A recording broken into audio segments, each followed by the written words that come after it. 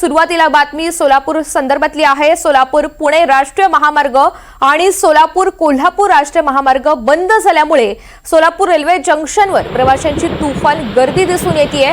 सीना नदी पातळीत वाढ झाल्यामुळे प्रवाशांचे हाल होत आहेत। सोलापूर पुणे राष्ट्रीय महामार्गावरील वाहतूक लांबोटी इथे पूर्णतः बंद झाली आहे। रात्री 11 वाजल्यापासून दोन्ही बाजूने वाहतूक बंद झाल्यामुळे वाहनांच्या लांब रांगा लागलेल्या आहेत। दुसरीकडे सोलापूर कोल्हापूर राष्ट्रीय महामार्गावरील वाहतूक सुद्धा ठप्प झाली आहे। उत्तर सोलापुरातील तिढे या गावाजवळ सीना नदीच्या पुलावर वाहतूक तुर्तास बंद करण्यात आली आहे। तर सीना नदीचा प्रवाह कमी होईपर्यंत वाहतूक बंद राहण्याची शक्यता सुद्धा वर्तवली जाते। सौरभ वाघमारे आपल्या सोबत आहेत, अधिकची माहिती जाणून घ्या। सौरभ, सध्या वाहतुकीच्या संदर्भातली काय स्थिती आहे? काही प्रवासी सुद्धा अडकून पडल्याचं चित्र आहे। ऋतुजा, साधारणतः रात्री 11 वाजताच्या दरम्यान जो आहे तो सोलापूर पुणे राष्ट्रीय महामार्ग जो आहे तो बंद केलेला आहे आणि यामुळे जे आहे ती वाहतूक जी आहे ती मोठ्या प्रमाणात विस्कळीत झालेली। तर माझ्या पाठीमागचं जर चित्र जर पाहत असाल तर इथे जे आहे ते वाहनांच्या ज्या आहेत त्या लांब ज्या रांगा लागलेल्या आहेत ते या ठिकाणी दिसून येतात। भाविक जे आहेत ते महाराष्ट्र, आंध्र प्रदेश, कर्नाटक अशा ठिकाणाहून जो आहे ते सोलापूर जिल्ह्यात अनेक धार्मिक पर्यटनासाठी, अनेक तीर्थक्षेत्रांसाठी लोक जे आहेत ते येत असतात। सध्या नवरात्र उत्सव चालू आहे त्यामुळं भाविक जे आहेत ते संपूर्ण महाराष्ट्रभरातून जे आहेत ते तुळजापूरला भाविक येत असतात आणि साधारणतः ही सगळी जी मंडळी आहेत ती सगळी मंडळी रात्री 11 वाजल्यापासून थांबून आहेत। हो, 11 वाजले। गाव कोणतं तुमचं? गुरवळी कांचन, तालुका हवेली, जिल्हा पुणे। बर, कोणत्या देवाला गेलता? तुळजापूरला। Travels purple travels Hyderabad Mumbai 11 वाजल्यापासून थांबलेले। किती लोक आहेत ट्रॅव्हल्स मध्ये? 30 लोक आहेत। इथे आसपासचे हॉटेल पण बंद दिसत आहेत। सगळं बंद आहे, सगळं बंद आहे, पूर्ण जाम। पाणी नाही, काही नाही, काय म्हणता? पाणी नाही, काही नाही, सगळं काही नाही, बाथरूम काही नाही। हायवे वाले टोल घेतात पण त्याची काय दक्षता घ्या। या इकडं काय सांगताय? हायवे वाले टोल जसे पाहिजे तसं घेतात पण आपले नागरिकांचे जे काही अडचणी आहेत, आता नैसर्गिक आपत्ती आहे त्याच्यासाठी काही पाणी बॉक्स वगैरे, पाण्याचे वगैरे हे करण्यात वाटप, नाश्ता, काही लेडीज आहेत, काही गरोदर महिला आहेत, यांचे काय म्हणजे दक्षताच काय घेण्यात। टॉयलेटची व्यवस्था नाही, काय नाही, टॉयलेट सोडा पण जे नागरिकांचे जे बेहाल हाल आहेत ते या जे प्रवासी नागरिक आहेत त्यांचे मोठ्या प्रमाणात होतात। कारण काही ट्रॅव्हल्स जे आहेत लोक हैदराबाद वरून मुंबईच्या दिशेने जाणाऱ्या ज्या ट्रॅव्हल्स आहेत त्यांची देखील वाहतूक विस्कळीत झालेली आहे। जे सोलापूर जो भौगोलिक दृष्ट्या जर सांगायचं झालं तर सोलापूर जिल्ह्यालगत जो आहे तो महाराष्ट्र आहे, कर्नाटक आहे, आंध्र प्रदेश आहे, अशा अनेक सीमावर्ती भागातून सोलापूर जिल्ह्याची जी आहे ती वाहतूक होत असते आणि याचाच सीना नदीच्या याच पुराच्या पाण्याचा फटका जो आहे तो या सर्व वाहतूक व्यवस्थेला पडलेला आहे। सध्या जो आपण उभा आहे तो लांबोटीचा पूल आहे की या ठिकाणाहून सोलापूर पुणे हायवे जी आहे ती वाहतूक पूर्णपणे विस्कळीत झालेली आहे। कारण कोणताही अनुचित प्रकार सौरभ, गेल्या अनेक तासापासून हे प्रवासी अडकून पडलेले आहेत आणि प्रशासनाने दखल घेऊन तात्पुरती त्यांची व्यवस्था करणं अत्यंत गरजेचं आहे। धन्यवाद सविस्तर माहितीसाठी। धाराशिव जिल्ह्यामधील मांजरा नदीकाठची हजारो हेक्टर क्षेत्रावरील पिकं पाण्याखाली गेलेलं आहे आणि नदीचं पाणी पात्र सोडून वाहत असल्यामुळे आजूबाजूच्या शेतीत मोठ्या प्रमाणात पाणी शिरलंय। नदीकाठी सर्वाधिक नुकसान हे सोयाबीन पिकाचं झालंय। सरकारनं ठोस मदत करून शेतकऱ्यांना खऱ्या अर्थानं आधार देण्याची गरज भासतीये। मांजरा नदीच्या रौद्र रूपाची ही एक्सक्लुझिव्ह दृश्य तुम्ही सध्या स्क्रीनवर पाहताय। धाराशिव जिल्ह्यामधील मांजरा नदीकाठी हजारो हेक्टर क्षेत्रावरील पिकं ही पाण्याखाली गेलेली आहेत। पीक पूर्णतः उद्ध्वस्त झालेलं आहे आणि त्याचमुळे शेतकरी आर्थिक संकटात सापडलेला आहे। नदीचं पाणी हे पात्र सोडून वाहत असल्यामुळे आजूबाजूची शेती या पाण्याच्या खाली आली आहे।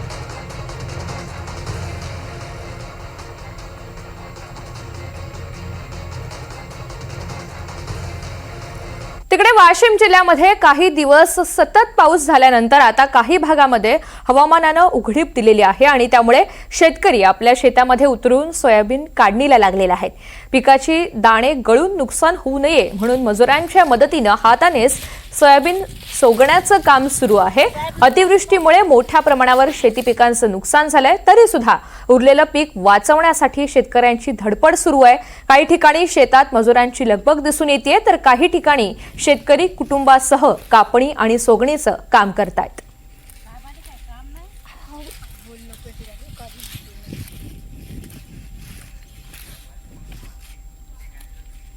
अक्कलपाडा धरणामधून 11,000 क्युसेक पाण्याचा विसर्ग सुरू आहे। पांझरा नदीकाठी, त्यामुळे नागरिकांना सतर्क राहण्याचं आवाहन करण्यात आलेलं आहे।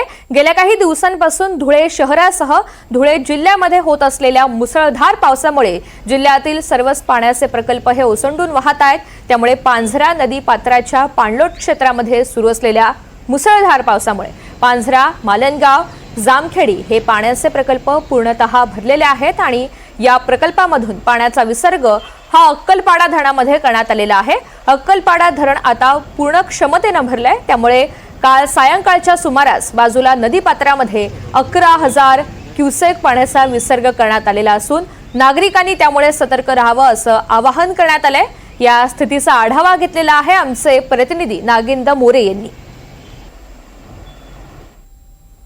गेल्या 2 ते 3 दिवसांपासून धुळे शहरासह धुळे जिल्ह्यामध्ये सुरू असलेल्या मुसळधार पावसामुळे तसेच पांझरा नदीच्या पाणलोट क्षेत्रामध्ये होत असलेल्या मुसळधार पावसामुळे धुळे जिल्ह्यातील सर्वच पाण्याचे प्रकल्प हे 100% भरून वाहत आहे। यामध्ये पांझरा नदी, पांझरा असेल, मालनगाव असेल, जामखेडी असेल इत्यादी पाण्याचे प्रकल्प मोठ्या प्रमाणात तुडुंब भरल्यामुळे पाण्याचा येवा मोठ्या प्रमाणात वाढला आहे आणि याचाच विसर्ग हा अक्कलपाडा धरणामध्ये करण्यात आला असल्यामुळे अक्कलपाडा धरण हे पूर्ण 100% क्षमतेने भरला आहे। त्यामुळेच आता अक्कलपाडा धरणामधून मोठ्या प्रमाणात पाण्याचा विसर्ग करण्यात येत आहे। काल रात्रीच्या सुमारास पांझरा नदीच्या पात्रामध्ये जवळपास 11,000 क्युसेक पाण्याचा विसर्ग या ठिकाणी करण्यात आला आहे। तसंच असाच पाऊस जर येणाऱ्या पुढील काही दिवस सुरू असला तर अजून पाण्याचा मोठ्या प्रमाणात विसर्ग हा पांझरा नदी पात्रामध्ये करण्यात येणार आहे। त्यामुळे एकंदरीत जिल्हा प्रशासनाच्या वतीने सर्वच यंत्रणा या ठिकाणी अलर्ट मोडवर आता आल्याचे चित्र पाहायला मिळत आहे। पोलीस प्रशासन असेल, तसंच आपत्ती व्यवस्थापन असेल, इतर पाटबंधारे विभाग असेल, त्यांनी नदी काठचे जे काही नागरिक आहे त्यांना या ठिकाणी सतर्कतेच्या सूचना दिलेल्या आहे। नदी काठच्या नागरिकांनी आपले जनावरे असतील, तसेच आपले काही घरं असतील, त्यांनी या ठिकाणी सतर्क। आणि यानंतर थेट सोलापुरात जाऊया। सोलापूर जिल्ह्यामधील करमाळ्यामध्ये संगोबा या गावामध्ये अजित पवार दाखल झालेले आहेत। तिथल्या शेती नुकसानाची पाहणी करत आहेत।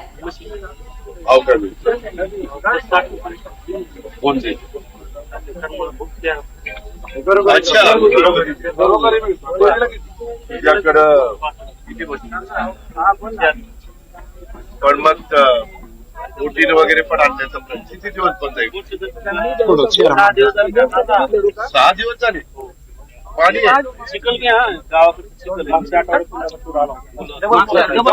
गावाचं नाव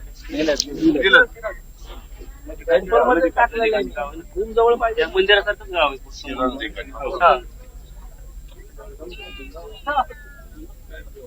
तर आपण तो चांगला पेश करतो रस्ता पण नाही ना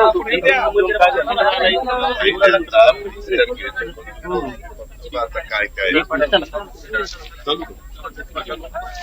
मग चाललाय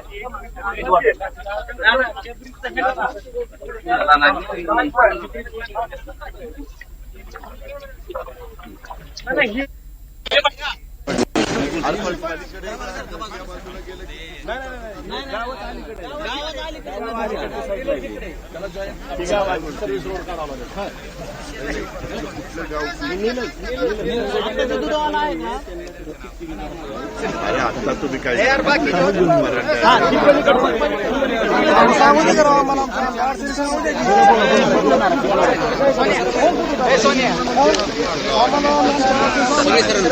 पुढले जागा इकडे पडता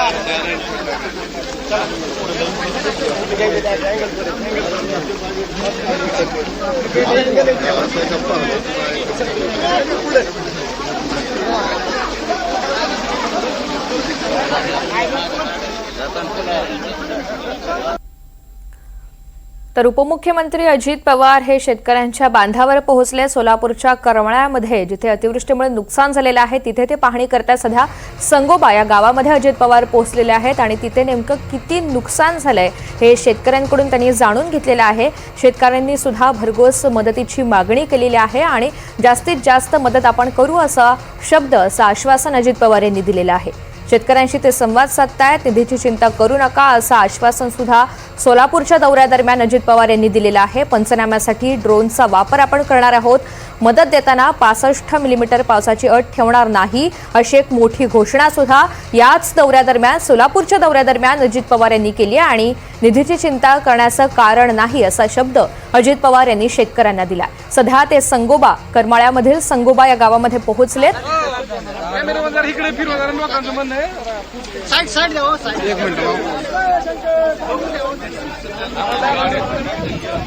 सध्याची ही दोन दृश्य आपण जालना आणि सोलापूरची पाहतोय. सोलापुरात सध्या करमाळ्यामध्ये अजित पवार यांचा दौरा होतोय. शेतकऱ्याच्या बांधावर ते पोहोचलेले आहेत. दुसरीकडे जालन्याची ही दृश्य आहेत ज्या ठिकाणी पालकमंत्री पंकजा मुंडे या पोहोचलेल्या आहेत. शेतकऱ्यांशी त्या संवाद साधतायत. नेमकी काय स्थिती आहे, शेतकऱ्यांच्या बांधावर किती नुकसान झालेलं आहे, किती फटका बसलेला आहे याची पाहणी करण्यासाठी त्या स्वतः दाखल झालेल्या आहेत. आज अनेक मंत्री हे जिल्ह्यांचे दौरे करणार आहेत. पालकमंत्री पंकजा मुंडे जालन्याच्या दौऱ्यासाठी पोहोचलेले आहेत. शेतकऱ्यांच्या बांधावर जाऊन त्यांनी स्वतः पाहणी केलेली आहे. शेतकऱ्यांशी संवाद सुद्धा साधलेला आहे. एकीकडे शेतकऱ्यांना सुद्धा भरघोस मदतीची अपेक्षा आहे आणि या शेतकऱ्यांना धीर देण्यासाठी मंत्री हे स्वतः आता शेतकऱ्यांच्या बांधावर पोहोचले. जालना आणि ही सोलापूरची दृश्य आहेत. खरीप पिकांचं मोठ्या प्रमाणात नुकसान झालंय आणि त्याचमुळे पालकमंत्री पंकजा मुंडे हे जालना जिल्ह्याचा दौरा करत आहेत. स्वतः ट्रॅक्टरमध्ये बसून त्या या शेतीच्या परिसरातील पाहणी करत आहेत. सोयाबीन, कापूस, मका ही पिकं प्रामुख्यानं जालन्यामध्ये बाधित झालेली आहेत. ही पिकं पूर्णतः उद्ध्वस्त झालेली आहेत. जालना जिल्ह्यामधील विविध भागाला पावसाचा मोठा फटका बसलाय आणि त्याचमुळे पालकमंत्री पंकजा मुंडे या आज दौरा करतायत. याच पार्श्वभूमीवर त्यांनी स्वतः जाऊन पाहणी सुद्धा केलेली आहे. सततच्या पावसामुळे शेतकऱ्यांची सोयाबीन, कापूस, मका यासारखी पिकं पूर्णतः उद्ध्वस्त झालेली आहेत आणि त्याचमुळे मदतीची अपेक्षा सुद्धा शेतकऱ्यांना आहे. ओला दुष्काळ जाहीर करण्याची, घोषित करण्याची मागणी शेतकऱ्यांची आहे. मात्र काही निकष असल्याचं सुद्धा सरकारच्या माध्यमातून सांगितलं जात आहे. मात्र असं असलं तरी सुद्धा भरघोस मदत देण्यात येईल आणि जास्तीत जास्त मदत कशी देता येईल यावरच आमचा भर आहे असं सुद्धा काही वेळापूर्वी कृषी मंत्री दत्तात्रय भरणे यांनी सांगितलेलं आहे. त्यामुळे ही मदत शेतकऱ्यांपर्यंत कधी पोहोचते हे पाहायचंय. ही जालन्यातली सध्याची दृश्य आहे जिथे ट्रॅक्टरमधनं स्वतः पंकजा मुंडे यांनी प्रवास करत शेतकऱ्यांच्या बांधावर पाहणी केलेली आहे. नुकसान किती झालेलं आहे हे पाहिलंय. करू. आमचा काल निर्णय झालेला आहे की तातडीनं पंचनामे करायचे. तुम्ही त्या बातम्या वाचल्या की तुम्ही म्हणाल तातडी असा प्रकार बाबा पहिलं तिच्यावर प्रेम होत होतं पण ते शिकायला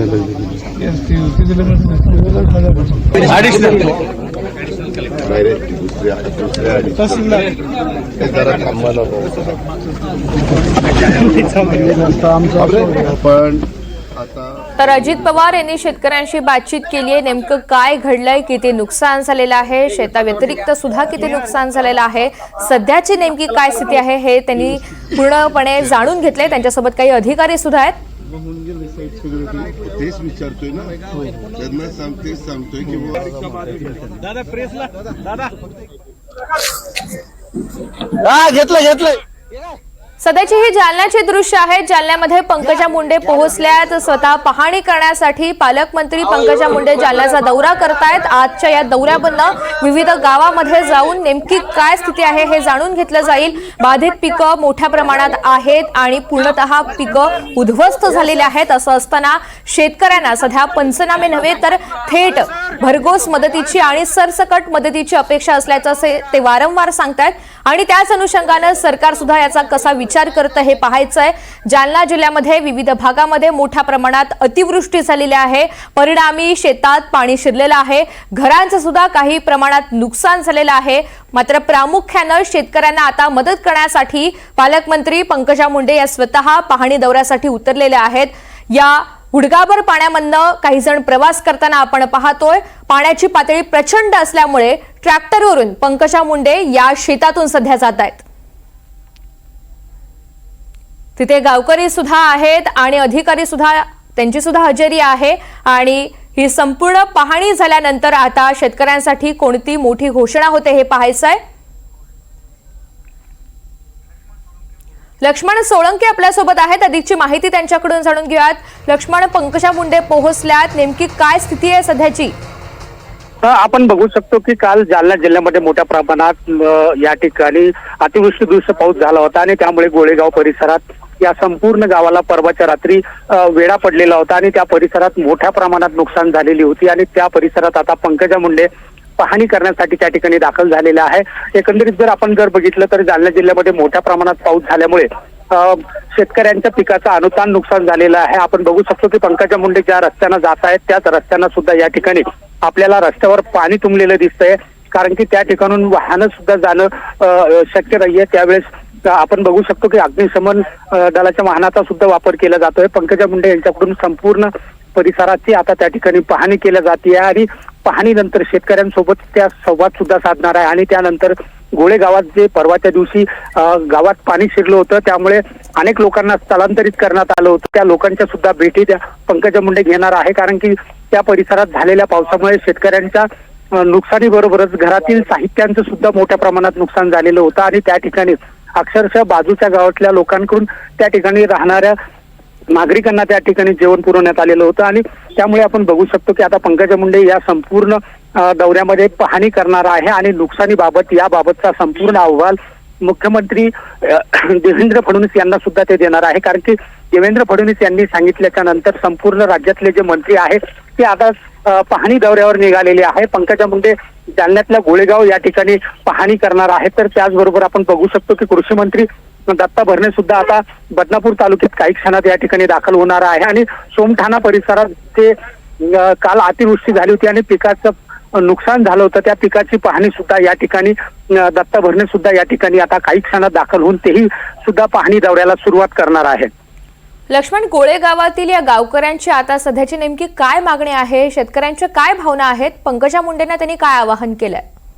आपण बघू शकतो की गेल्या 2 दिवसापासून जालना जिल्ह्यात सुरू असलेल्या पावसामुळे शेतकऱ्यांचं पीक, हातातोंडाशी आलेलं पीक हे संपूर्णपणे या ठिकाणी वाया गेलेलं आहे, कारण की अनेक ठिकाणी आपण जर बघितलं असेल तर सोयाबीन पिकाची 100% या ठिकाणी नुकसान झालेलं आहे। एकंदरीत जर आपण अंदाज जर बघितला तर 2,32,000च्या आसपास 2,32,000 हेक्टरच्या आसपास या ठिकाणी पिकाचं नुकसान झाल्याचा अंदाज वर्तवण्यात आलेला आहे। मात्र हा अंदाज आहे, कारण की संपूर्ण शेतकऱ्यांच्या बांधापर्यंत अद्यापर्यंत प्रशासन पोहोचलेलं नाहीये, त्यामुळे आपण बघू शकतो की हा नुकसानीचा आकडा वाढू शकतो आणि त्या अनुषंगाने आणि या दौऱ्यादरम्यान ते शेतकऱ्यांना धीर देण्याचा सुद्धा प्रयत्न करतायत। धन्यवाद सविस्तर माहितीसाठी।